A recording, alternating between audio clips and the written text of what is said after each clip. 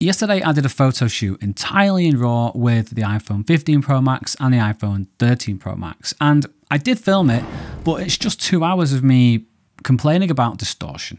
Immediately distortion. This distortion is horrendous. There's so much distortion. And reading out my shutter speed. 2,000th of a second, are you mad? 300th of a second, 350, 1800, 2000, 2800. So I'm just going to skip straight to exploring the results. Let's look at the telephoto camera first.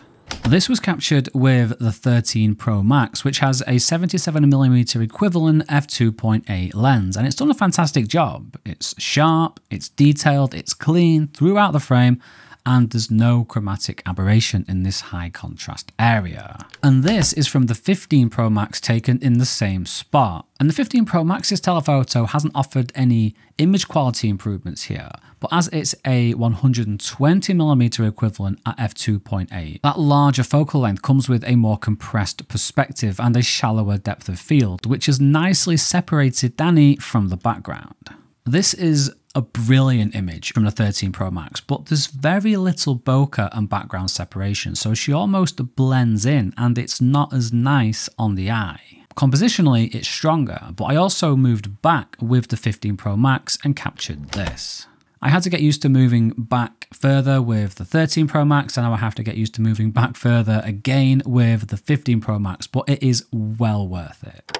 Here, the background was extremely busy, but she's not part of it at all, although it does look a little noisy, so I can mask it in Lightroom and bring the sharpness all the way down, which not only removes the noise, but isolates Dani even more. And I know this is only one shoot, but I think Apple has got a winner with this perspective and this depth of field. And I'm definitely going to use the 15 Pro Max's telephoto far more than I ever used the 13 Pro Max's. Now, unusually for a portrait shoot, I also captured some images with the ultra wide, and I was pleasantly surprised with the overall look and quality of the results. This ultra wide shot from the 15 Pro Max is very sharp. It's very clean, even in the corners, and there's loads of detail throughout the frame. You can see each individual strand of hair, the pattern in her jumper. It looks great.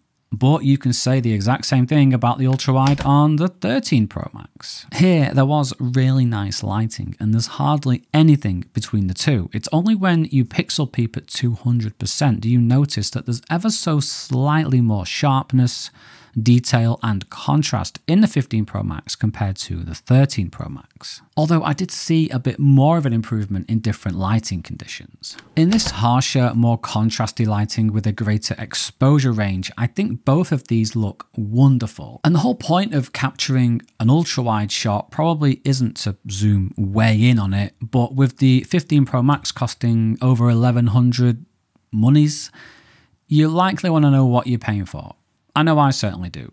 So we're going in. And when you do, you see her skin is more noticeably sharper and there's more detail in the hair. I also saw slightly crisper text on this sign. Finally, we have the main cameras. And before we explore them, I want to tell you about this video's sponsor, Exter. Exter is known for inventing the first trackable wallet, and they've sent me two from their very stylish range to try. This black aluminium card holder and the premium leather Parliament wallet in Roma Cognac Brown. Both wallets block RFID and hold up to 12 cards plus cash, which is hard to believe when they're this compact. This aluminium card holder was in my pocket for this entire shoot, and I didn't even notice even as I was up and down. Your cards just slot right in and there's no danger whatsoever of them falling out. Plus, the way you retrieve them is very satisfying indeed. When the cashier asks you, are you paying card or cash, just be like this. Boom.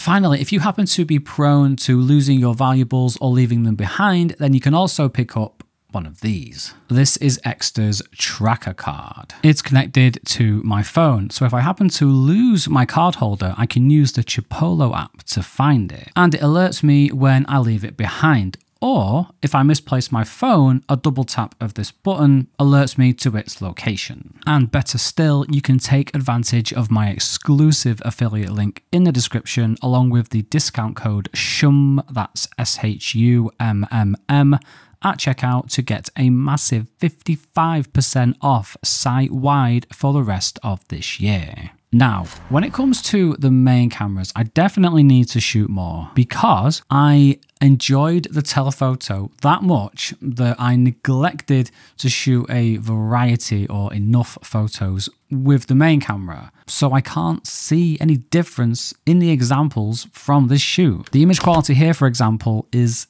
equally outstanding. The image is very sharp, highly detailed, noise-free, beautiful bokeh, and this was the same in every example.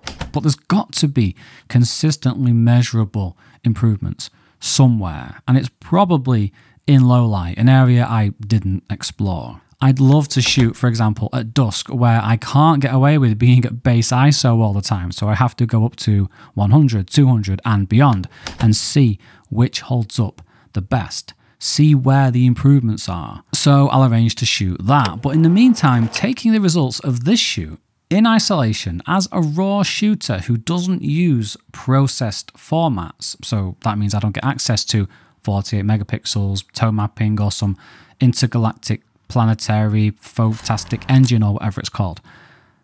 It looks like I've paid £1,100 for a larger telephoto camera, a barely discernible improvement to the ultra-wide, and the same main camera. Which doesn't sound like good value, but I love this telephoto. It's got me really excited about photography. It's got me wanting to go out and shoot. And I genuinely think it's going to take my iPhone photography to the next level. And it's shown just how much better the iPhone camera system can be when Apple focuses on hardware improvements instead of software improvements. And speaking of hardware and getting excited to do iPhone photography, some of you may have seen that I shot Reflex's Kickstarter video for their new G series lenses, and that is actually the reason why I was complaining about distortion throughout the shoot, because as part of that video I used their telephoto extensively, just shooting all the time, and that offers that beautiful compressed perspective that I love about the new telephoto on the 15 Pro Max. So when I took the G series telephoto off the iPhone to shoot with it here, it just threw me. I couldn't get used to it, so I was just complaining and using it as an excuse for not taking some nice shots. But I did take some photos of Danny with the G series telephoto, and I just love it, so expect a video on that very soon as well. Thank you for watching. Shinevadam Pekaruнд. This is Exter's tracker card, and it's connected to my phone. So if I happen to lose... going to be using the 15 Pro Max's telephoto far more than I ever used at the 13 Pro. Fucking hell. Oh my God. That shit me up.